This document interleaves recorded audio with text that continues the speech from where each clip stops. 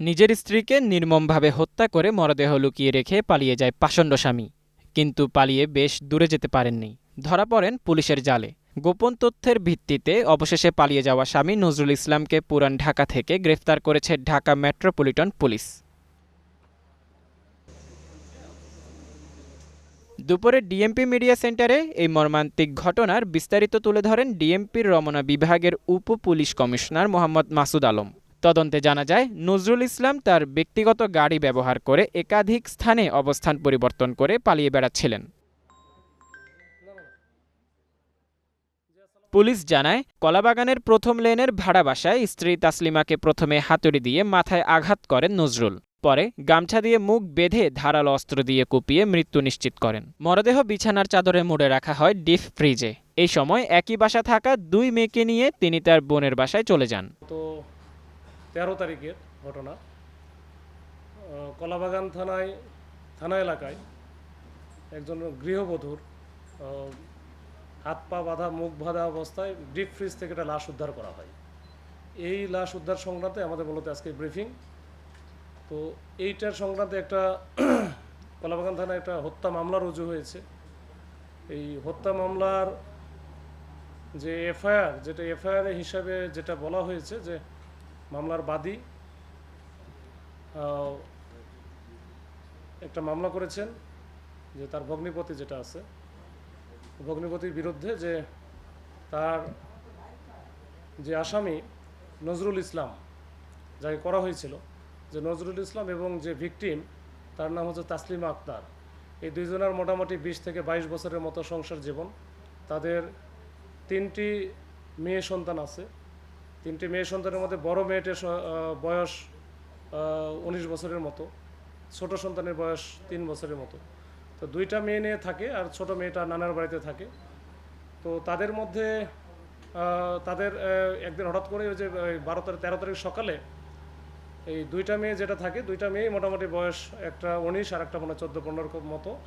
তাদেরকে সকালে উঠে বলে ওই আসামি নজরুল যে তোমার মা তো অন্য একজনের সাথে পালায় চলে গেছে, এখানে তো কেউ না, আমি খুঁজতে যাচ্ছি, তোমাদের দেখে বাসায় রেখে যাওয়াটা আমার জন্য নিরাপদ না, চলো তোমার নানির বাড়িতে রেখে আসি। তো নানার বাড়ি বা নানির বাড়ি যেটা আছে সেটা হচ্ছে আপনার গাজীপুরে। তো গাজীপুরে না নিয়ে গিয়ে তাদেরকে নিয়ে যায় তার বোনের বাড়িতে, মানে মেয়েদের ফুফুর বাড়িতে, সেটা আদা পড়ে। তো ফুফুর বাড়িতে রেখে সে চলে যায় তার মতো করে।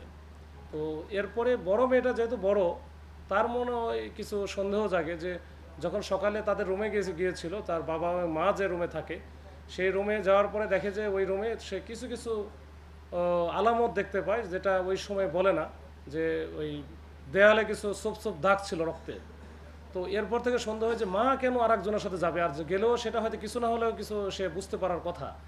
এই রাতে ঘুমালো, 12 তারিখে রাতে 11টা বা 11:30 দিকে তারা রুমে চলে গেছে, এরপরে সকালে উঠে নাই। তো এটা তার কাছে একটু সন্দেহজনক মনে হয়েছে।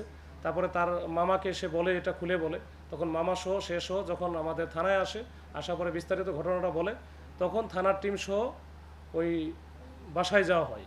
তো বাসায় যাওয়ার পরে বাসায় হচ্ছে লক করা ছিল।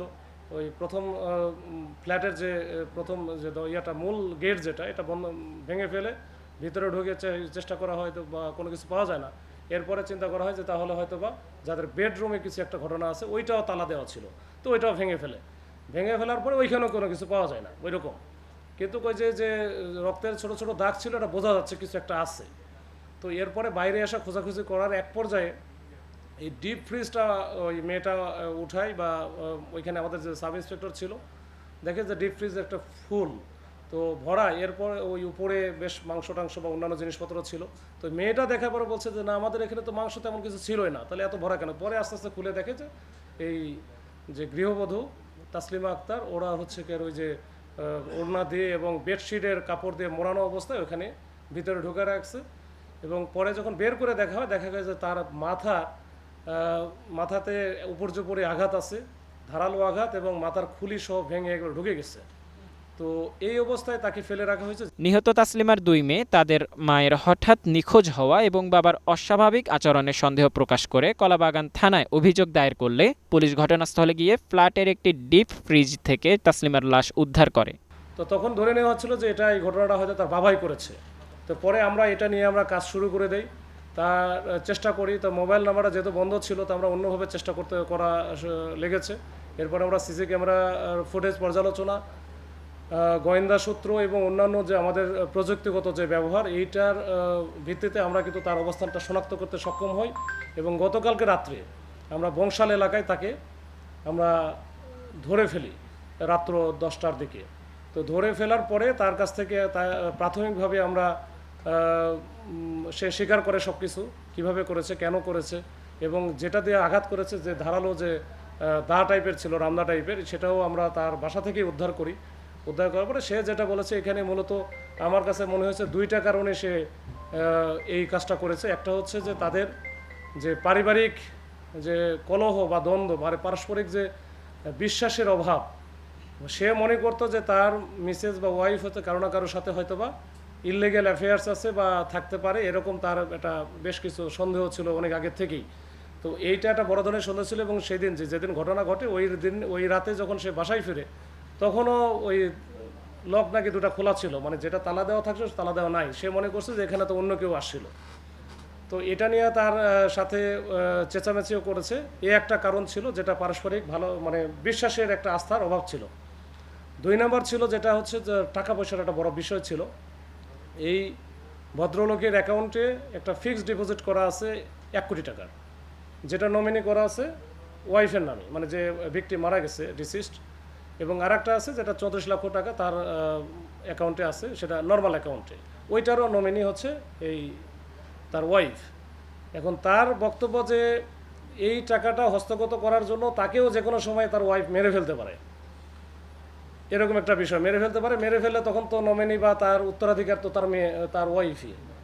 তো এই একটা ধারণা থেকে সে চিন্তা করছে আমাকে মারার আগে আমি আগে মেরে ফেলি, বা এরকম একটা বিষয়। তো এই 2-এ 4 যখন মিলে গেছে, একটা হচ্ছে যে তাদের দাম্পত্য যে কলহ ছিল বা আস্থার অভাব ছিল, অন্য একজনের সাথে রিলেশন আছে, এরকম একটা চিন্তা। আর একটা হচ্ছে টাকা পয়সা। এই 2টা যখন এক জায়গায় হয়ে গেছে, মাথায় তখন রক্ত গরম হয়ে গেছে।